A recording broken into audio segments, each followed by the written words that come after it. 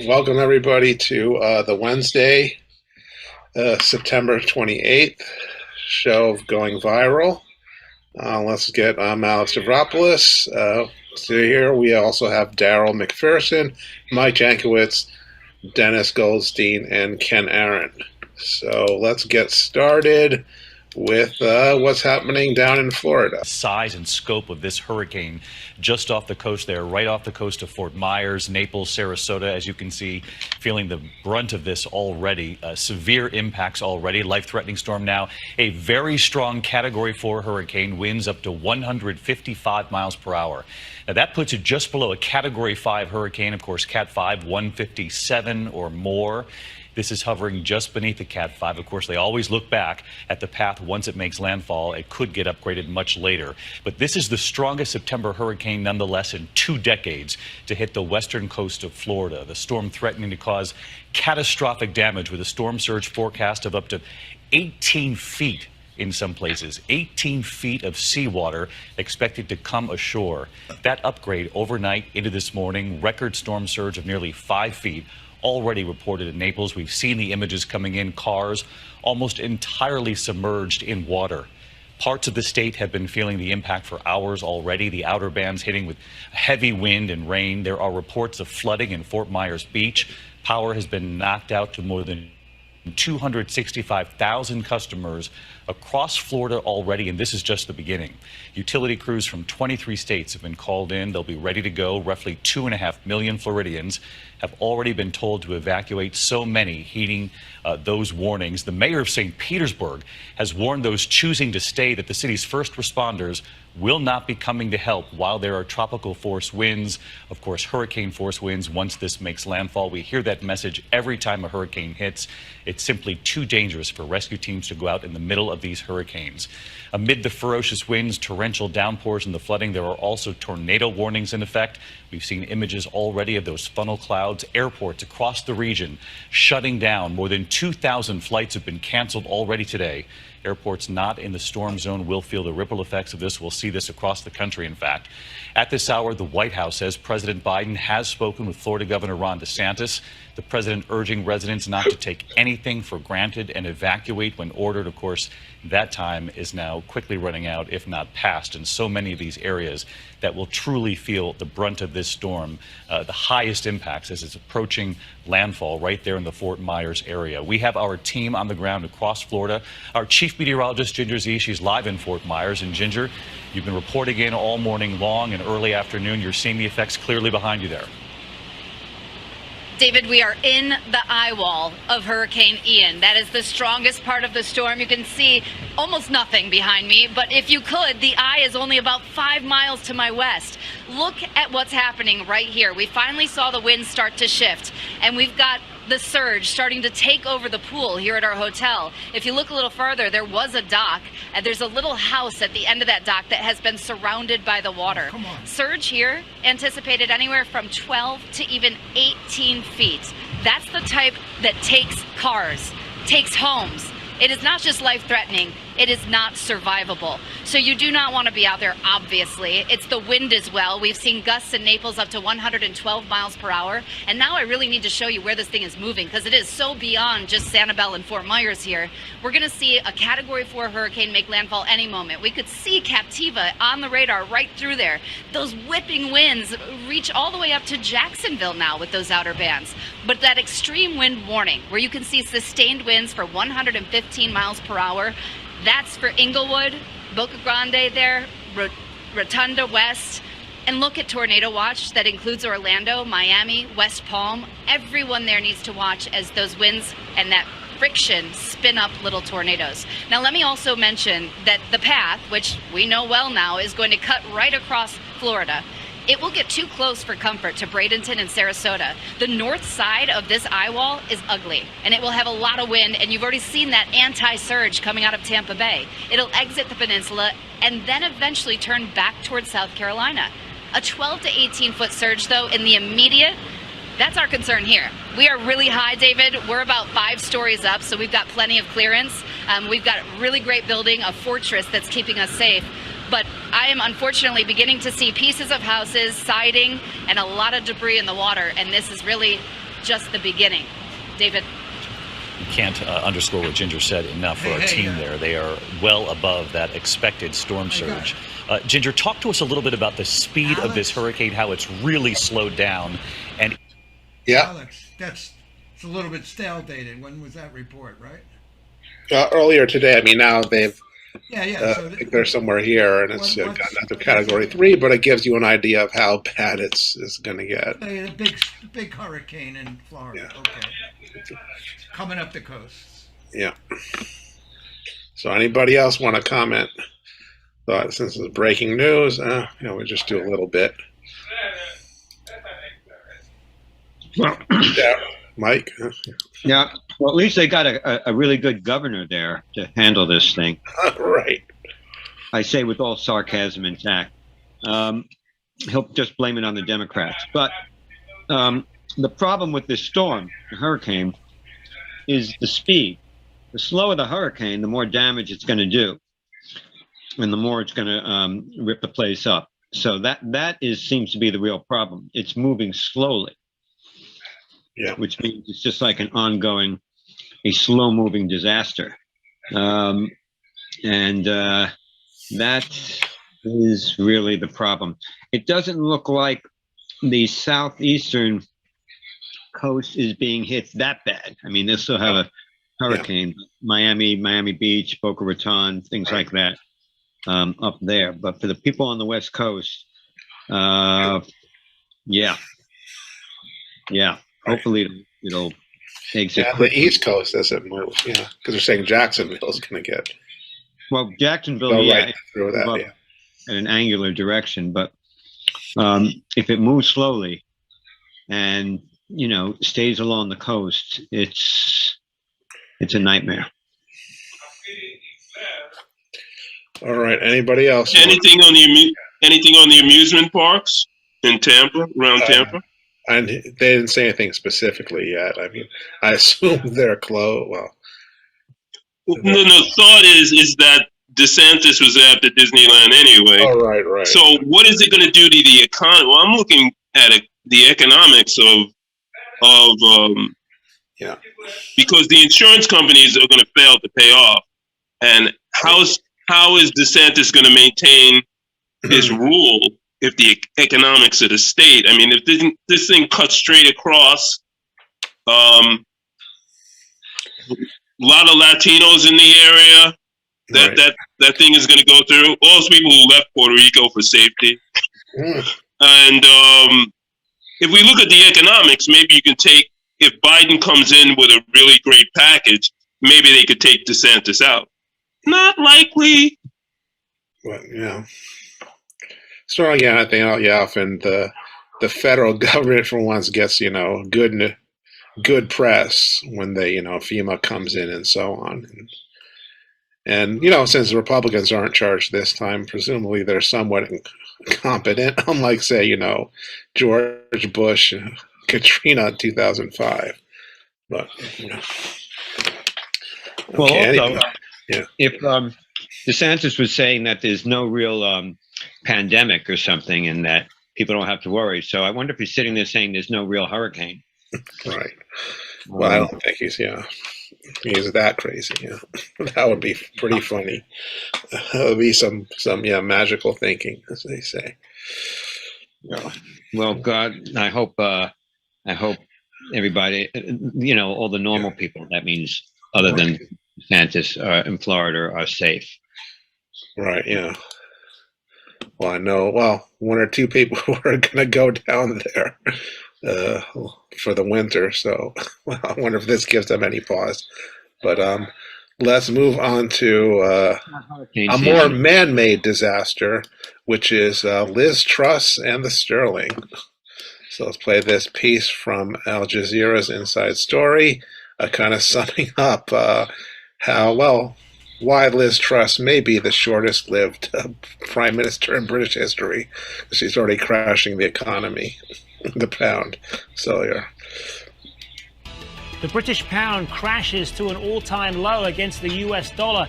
It follows the UK government's drastic tax-cutting move to fight inflation. What's the fallout on an already struggling economy both in the UK and outside? This is Inside Story.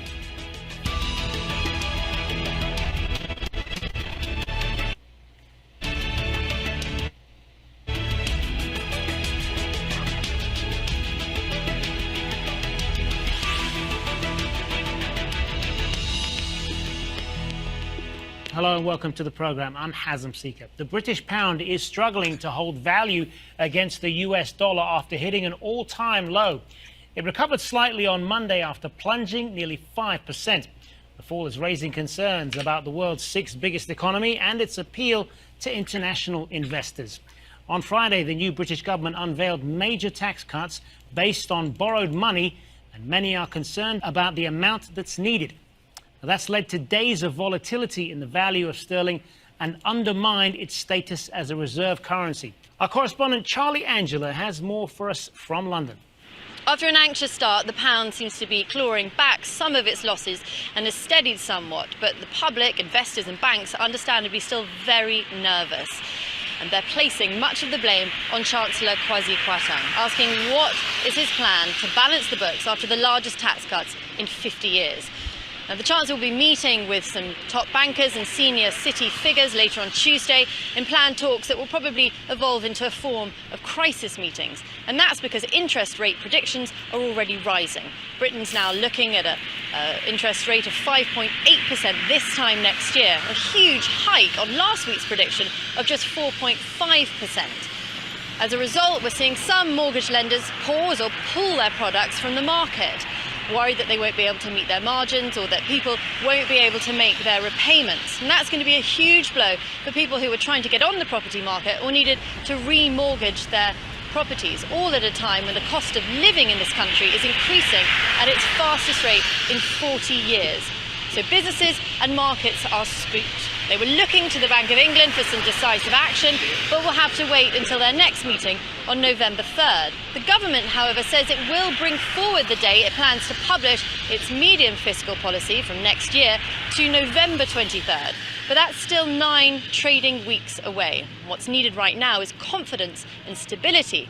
And for that, the markets need to see a macroeconomic plan that they believe in. The thing that's different about a Vrbo vacation home, you always have the whole place to yourself.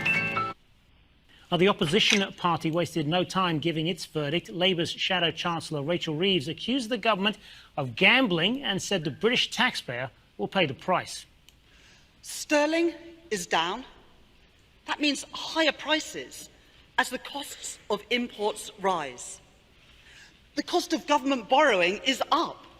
That means more taxpayers' money will go into paying the interest on our government debt. And in turn, that means the cost of borrowing for working people will now go up too. So how will a falling pound affect people? Well, the UK imports more than half of its food, so the cost of everything from apples to coffee will go up. The rise will be especially notable in goods traded in US dollars like oil and gas. Lower income families will be the hardest hit, with their earnings having to stretch even further. With winter approaching, heating costs are another concern.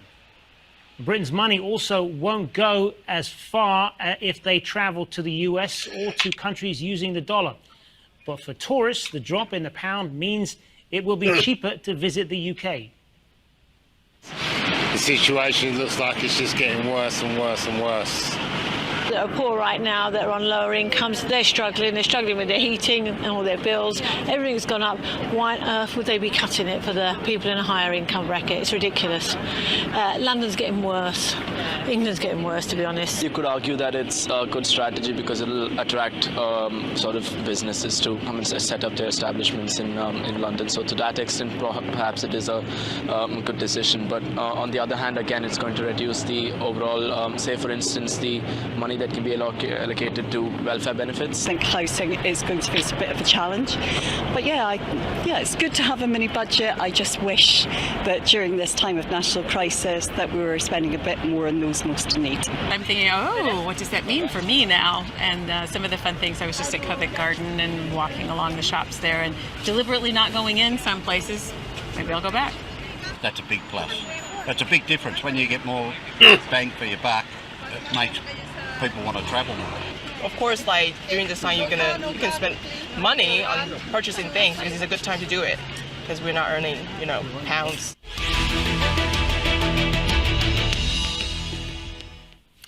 Well, let's bring in our guests now. In London, we have Vicky Price, Chief Economic Advisor at the Centre for Economics and Business Research. In Dublin, Brian Lucy, Professor of International Finance and Commodities at Trinity Business School. And also in London, Jonathan Liz, a journalist and political commentator. Good to have you all with us. So, Vicky Price, let me start with you. It's being called Trussonomics, these tax cuts. Named after the new British Prime Minister. Clearly, they haven't gone down well with the financial markets. Why is that? The real problem has been that the Chancellor, who is newly appointed, of course, by Liz Truss, the new Prime Minister, announced a mini budget, if you want to call it that, which wasn't very mini at all, but actually introduced tax cuts to the tune of £45 billion, which is the biggest size of tax cuts that we've seen since 1972. And it made people worry about the inflationary impact of this, but also how that injection into the economy, if you like, would be funded. So what happened, of course, as a result, not only did sterling suffer because there were concerns that the inflationary element would be quite significant of those new measures, but also, of course, bond markets reacted very negatively, and we've seen yields rise very significantly. In other words, the interest rates that people want to have if they are prepared to lend to the UK government, they've risen to over 4%. And that's huge because, if you remember, just a year ago, yields on 10-year government bonds were below 1%. And now we are above 4%. That's a very substantial increase in interest rates, which is going to be felt throughout the economy because loads and loads of long-term rates are based on those yields. Why is this affecting the pound so much? Why has the pound fallen so precipitously in the last few days? Well, the one reason, of course, is that inflation now looks to be a little bit higher. Now, remember, of course, that we had a mini budget, which not only, of course, injected this extra money into the economy, but also gave the amounts of money that would be needed for an electricity price freeze, which was introduced also by the new government. But, of course, we hadn't heard some of the details. Now, that electricity price freeze itself should be bringing inflation down quite significantly by possibly 4 percentage points. So the Bank of England was quite right to raise interest rates by just 50 basis points the day before. That was September 22nd. The markets didn't like it very much because everyone else has been raising interest rates recently by 0.75%. But nevertheless, I think it made sense because those were the inflationary projections that were now being made. Then you added the real worry of this unfunded budget and all the money that would be coming into the economy, fueling inflation again. So what the markets decided was that actually that interest rate increase wasn't sufficient because now you have, once again, an increase in inflationary expectations because of that. So the pound suffered because there wasn't an underpinning interest rate support, if you like, to keep the currency up. And that's why they punished the pound. Brian, Lucy, what does this mean for the rest of the world as well, for the companies that do business with the UK and for others that want to invest there in the future? I think if you were a company that was selling into the UK, you've got a problem with depreciation in the sense that it makes stuff more expensive for people in the UK. But the nature of the tax cuts is incredibly skewed. And it really is the case that this is wonderful if you're selling caviar, high quality leather goods, or other forms of consumption for the very rich.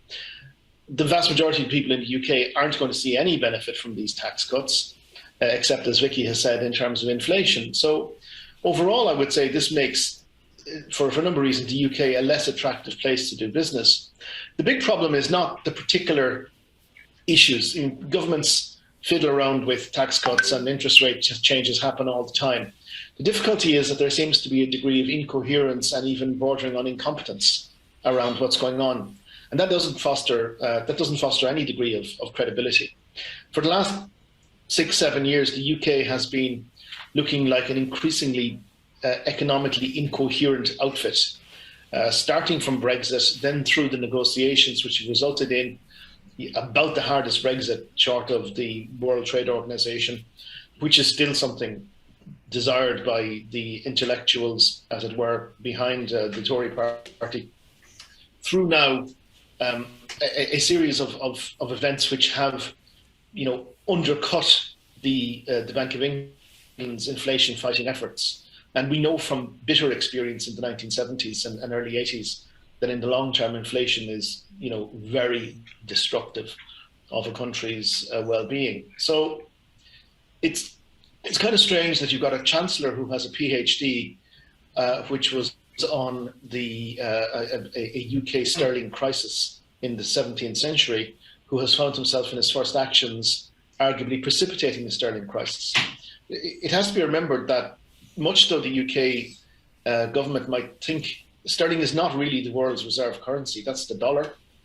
And while it is highly desired and highly demanded and held as a reserve asset, liquid reserves by the Bank of England, should they be so desirous as intervening directly in the foreign exchange markets, are very, very limited. The Financial Times today estimates that they are approximately $100 billion, which is really a drop in the ocean when you consider how much sterling is traded. So it's not the individual elements, it's the death by a thousand cuts of the myth of the Tories as being a party of good economic competence that I think will be the long run problem here. Jonathan, Liz, this is being seen as a huge political gamble for the new British Prime Minister. And whenever a new leader comes into the job, their political capital is normally at its highest. So has Liz Truss essentially put down all her chips on this?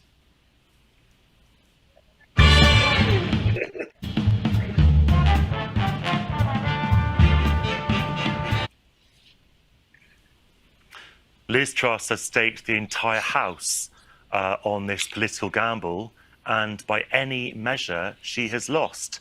As you say, is it not too early to say that? Let him finish, Frank, and then you can. Well, it wasn't in Liz Truss's plan to crash the pound, I presume. It wasn't in Liz Truss's plan to have an emergency statement by the Bank of England suggesting that they might have to raise interest rates before the next scheduled meeting of the Monetary Policy Committee. And I don't think it could have been in Liz Truss's plans to see soaring interest rates, which are going to see mortgage rates increase by several £100s for homeowners with mortgages, who, let's not forget, are one of the bases of the Tory party.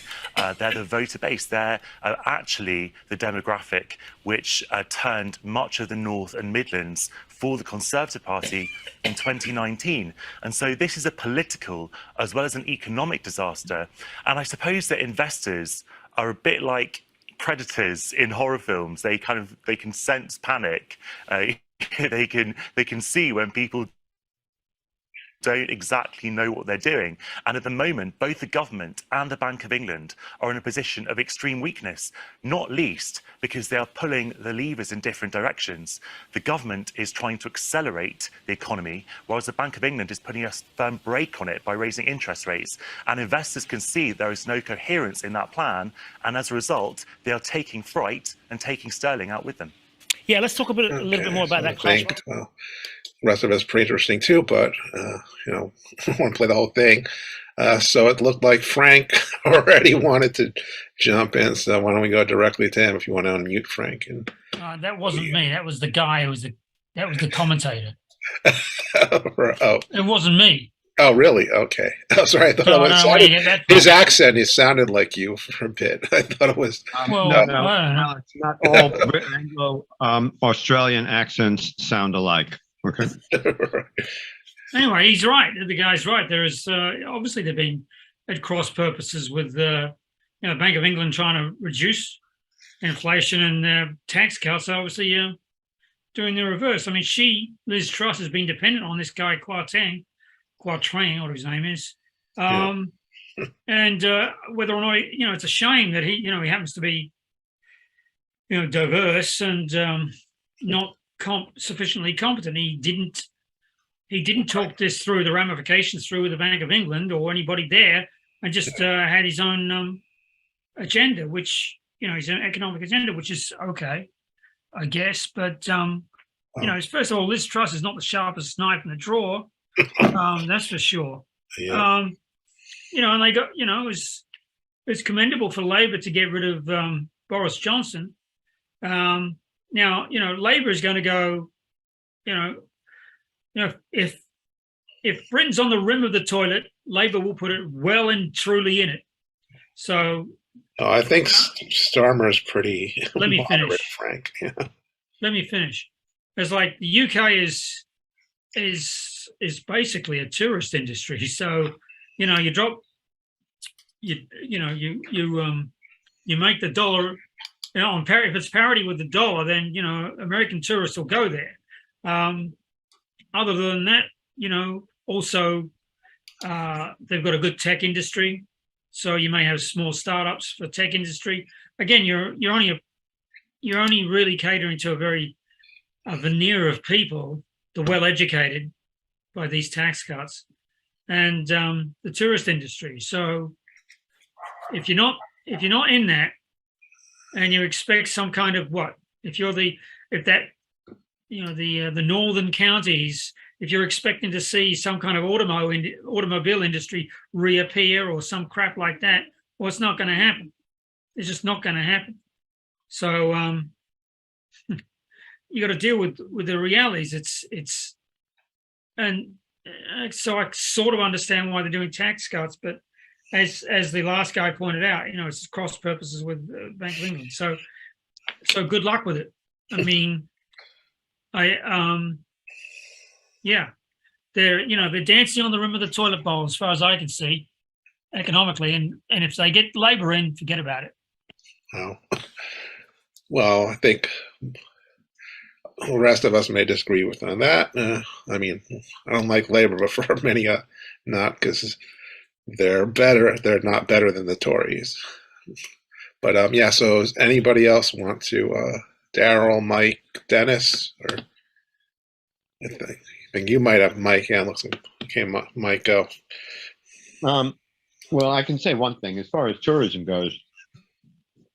If the pound actually dropped to parity with the dollar, that would be an amazing incentive for tourists from the United States or Canada or probably anywhere else in the Commonwealth to go to England, because they get more bang for their buck, so to speak.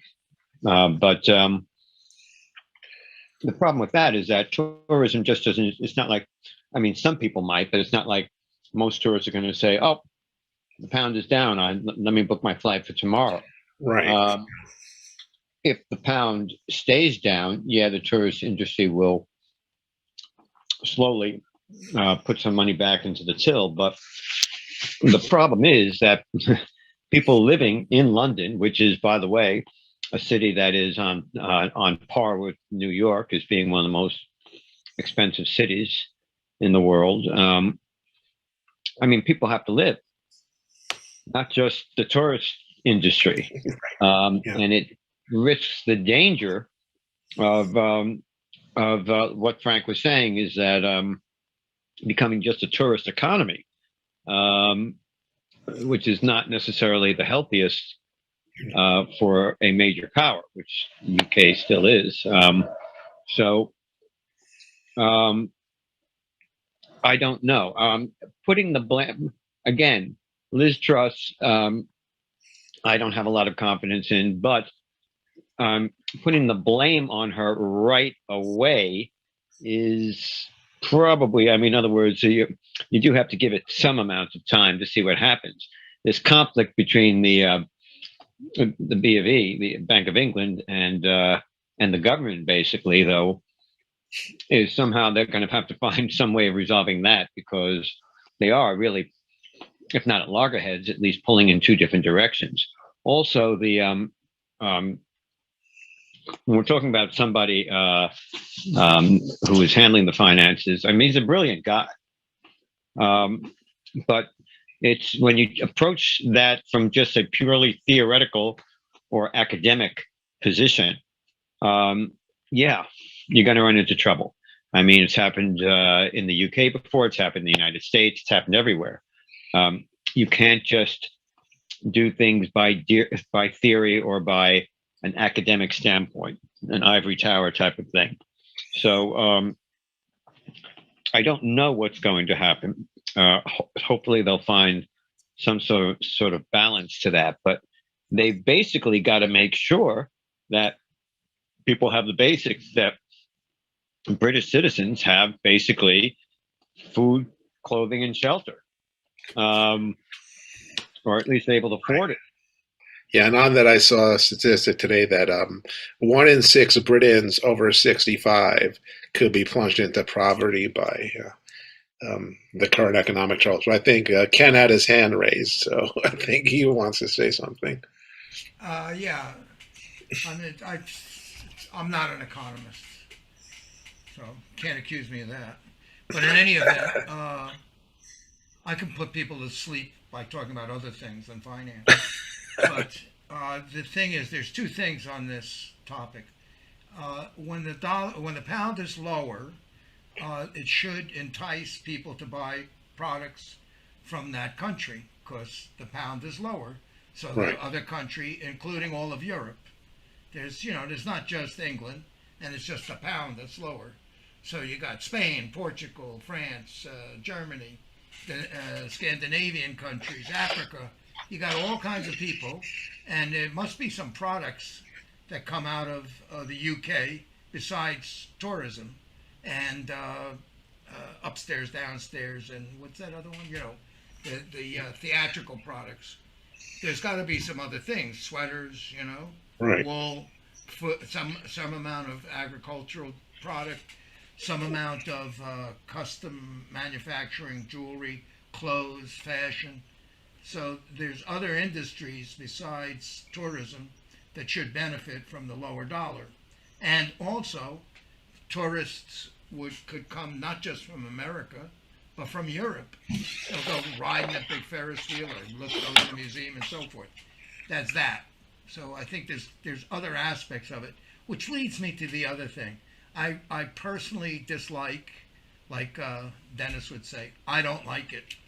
I don't like this kind of reporting where they get people and they interview people in the street. Yeah. So they interview 50 people, then they go back, and the editor says, show these 6 people, and it's crap. And what's the difference what people think? What people think doesn't usually matter. You're not doing a survey. It's not a popularity contest. It isn't a question of an election. If you wanted to do an election and you say, well, these people, they seem to hate this guy because he's too short or he's too tall or whatever, maybe that has some validity in an election. But in terms of economics, what's the difference what people's opinions are? It could be cute. Jay Leno used to go around showing how stupid people are. Again, he'd interview 100 people. Not people, Ken, Americans, remember. America, by the way, America is one of the highest number of highest part of the population that is foreign born. Right. I'm not going to come up with numbers. So when you talk to Americans, you're mostly talking to people, or it's a good percentage of them actually come from other countries. They're here on visas or they became citizens or whatever. One of the highest, maybe not absolute, maybe UK's higher. But in any event, so that's not journalism. That's crap. It's propaganda. It's absolute bullshit. Interviewing people. Oh, what do you think? What do you think? What do you think? What do you think? What do you think? What do you think? Okay, take those 6. That supports our agenda. It's ridiculous. It's just ridiculous. And I don't think we should be playing it. Well, yeah. But I think it's expected. Yeah, that on the street stuff is expected. If you want to get bombastic opinions, that's what we're here for. Right. Okay, well, Darryl, yeah. What are your thoughts? I'm having a challenge with a conservative government borrowing money to give away money to people who have money. Right. I'm challenged. Someone needs to explain to me, A, who would lend a government money to give to rich people on a theory that they are going to stimulate the economy when I don't know, 30, 40 years, I have yet to see it. It ain't trickling here. So maybe if the guy has parents from Kenya, maybe this is Kenyan revenge. Right, or Nigerian the British revenge. economy for Right. a secret plan. A way to get the elusive reparations everyone keeps talking about. Bankrupt the British economy. However, I don't see where this is going to, especially if the Bank of England in the United States, right? The Treasury asks the Fed, and the Fed talks to the Treasury, and they print the money. How does it work in the United Kingdom? For as long as it's going to be united, because I have a feeling Scotland's on the run. Scotland's gone. So how is that going to work out? I mean, I'm serious. Where is the real story here is, who did they talk to? I'm sure the chancellor didn't just do this and say, hey, Liz, this is what's going to happen here. And Liz goes, oh, yeah, Kwame, that sounds like a great idea. Someone wasn't talking to somebody. And since when do conservatives borrow money to give away money? Doesn't make a lot of sense to me. However, if someone can fill in the blanks, I'm willing to learn. Oh, yeah, well, isn't there a gas problem coming up? Isn't there a problem with fuel and people freezing to death? A problem with, higher prices for everything, of course. Yeah, that means even if there were other people to, in other countries to buy British goods, it's more expensive to make them, so they're less competitive. And then if we get to the idea that, looks like the world's going into recession, and probably, Europe, definitely their biggest customer. If you just look at what's going on in Germany, then it's not, again, where are you going to sell to?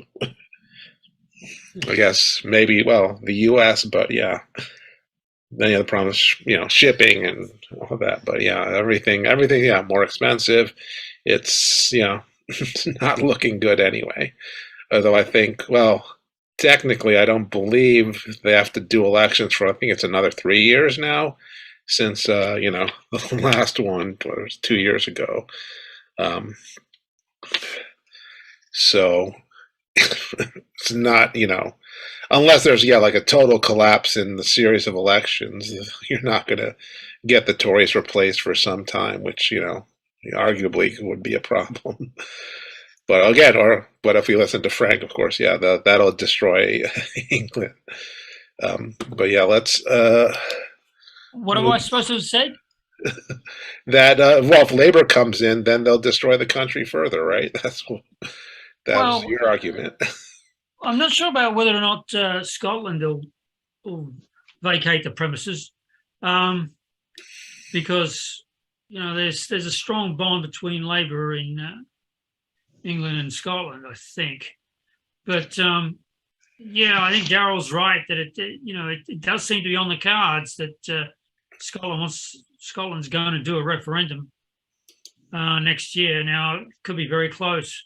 And, we're getting a viewpoint, as Ken was saying, from Dublin. Like, you're going to get a balanced view from Dublin. It doesn't augur well for Britain.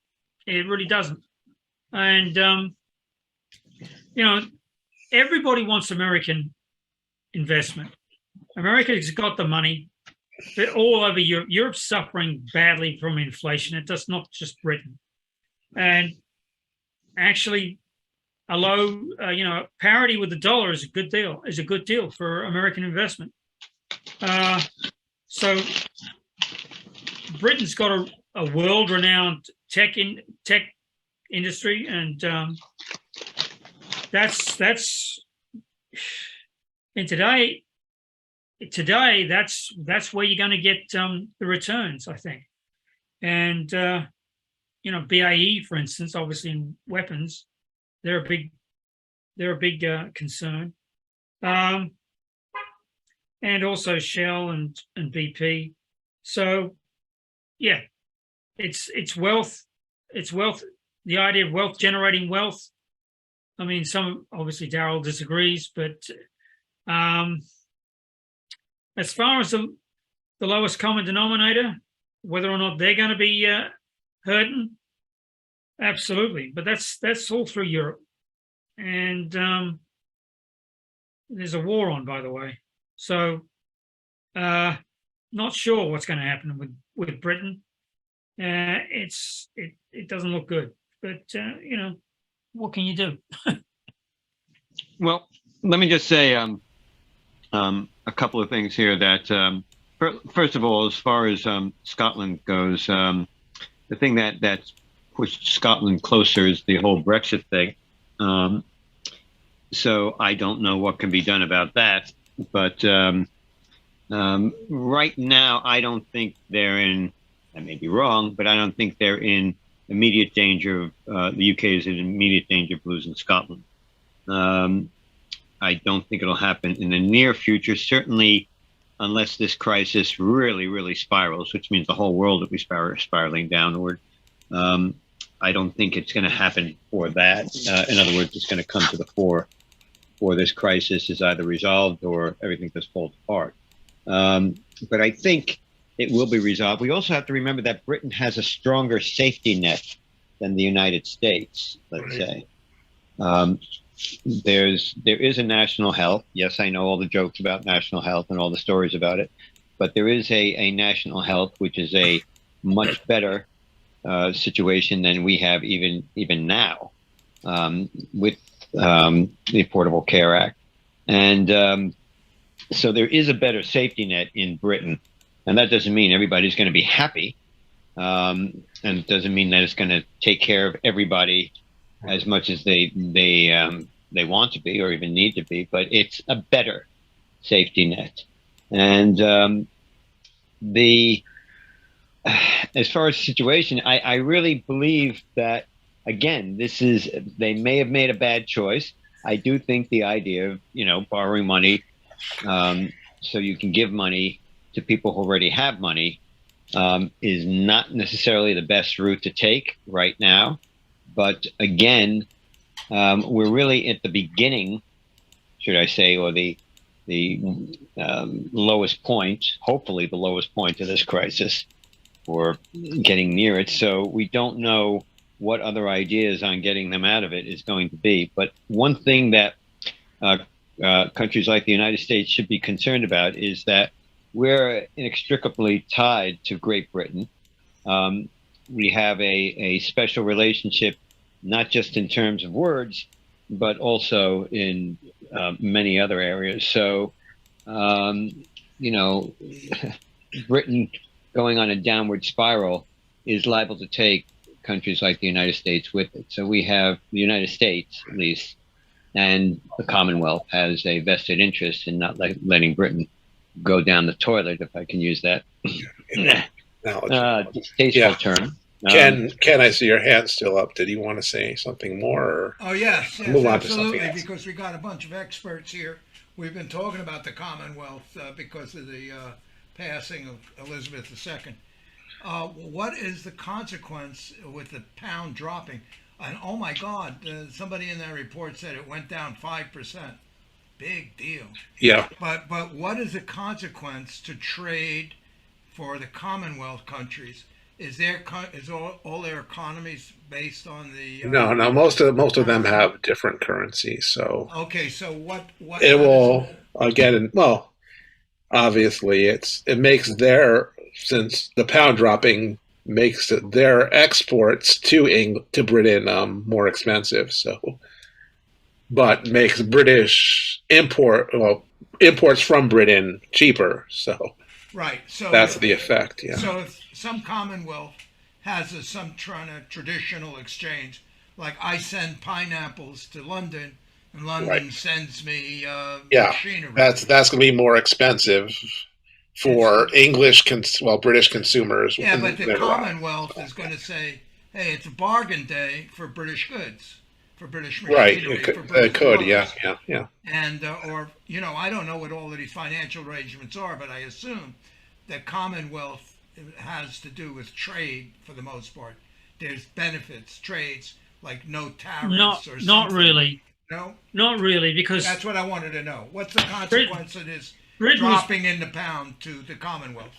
Britain was part of the EU, so it had to abide by whatever restrictions they had and whatever the regulations on trade they had.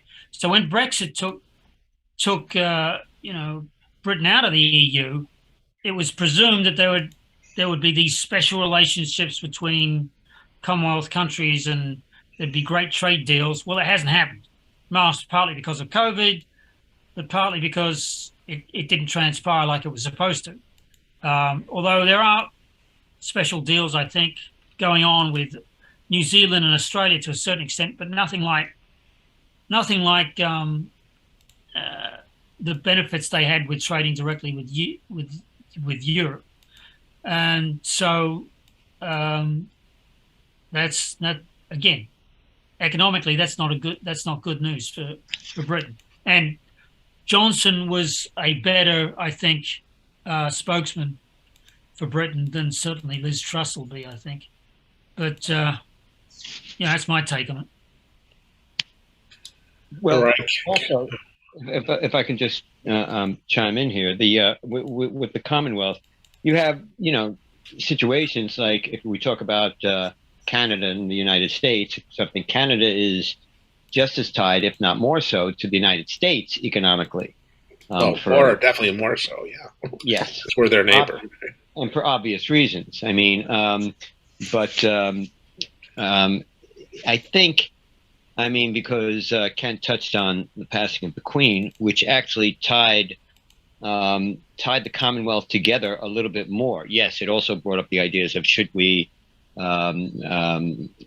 certain countries be a republic, but it accentuated the ties in the Commonwealth, and also to a certain extent the ties between the Commonwealth and countries like the United States. So that, in a sense, at least there's a higher awareness of that, which could be helpful. But I think that there could be, if we go back to the Second World War, the Commonwealth does come to the aid of the mother country, and the country's allies do as well, eventually. The United States may be the biggest laggard in that, but we'll just have to see what happens. Again, yes, British goods. Ken touched upon something I think is important, is that British goods will be in other words, Britain will be able to export. As far as exporting its goods, there'll be an uptick in that. But again, the real problem is with the British people.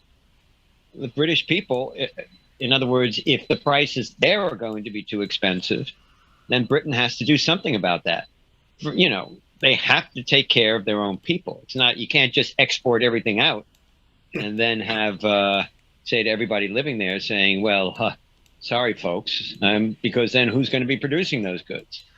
So it's the people in Britain that have to be taken care of. So I don't know.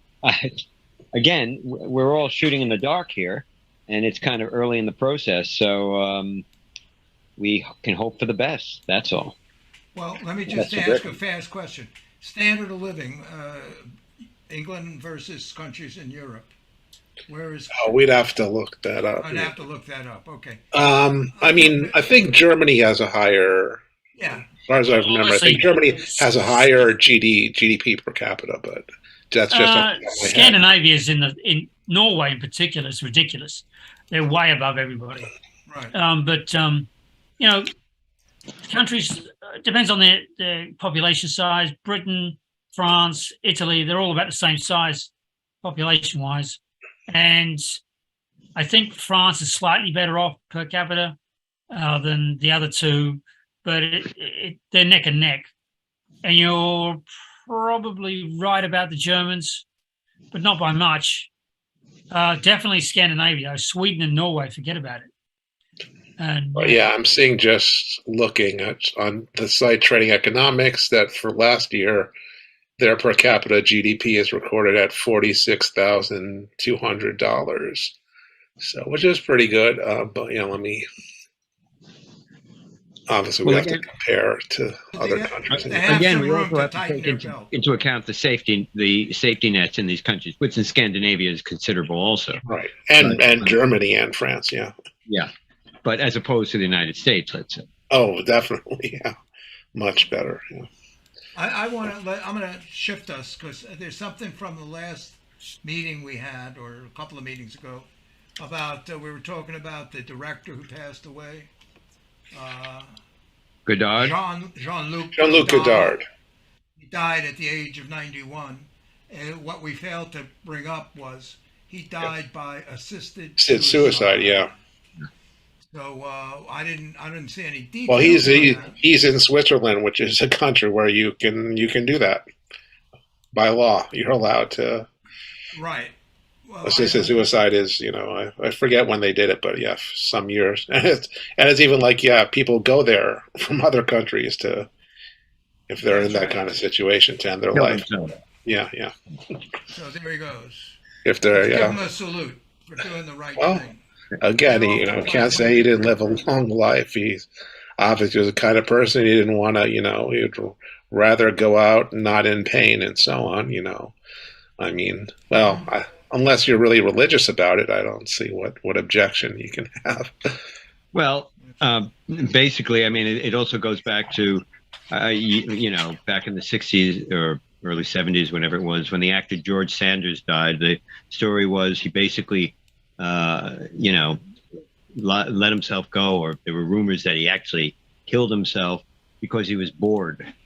So in Godard's case, the market for his type of film, shall we say, had gone down, and maybe he just felt like. Well, no, I think they said he had some health issues, so it wasn't just not making films anymore. I think he had some health problems, and he was anticipating things getting worse, and so better to go. I mean, people kill themselves for financial reasons. Also, there are people who wanted to kill themselves because they didn't want to drain the money that would be left to their children in what it would take to take care of them for a few years or something. I know the actor Brian Keith did that, supposedly.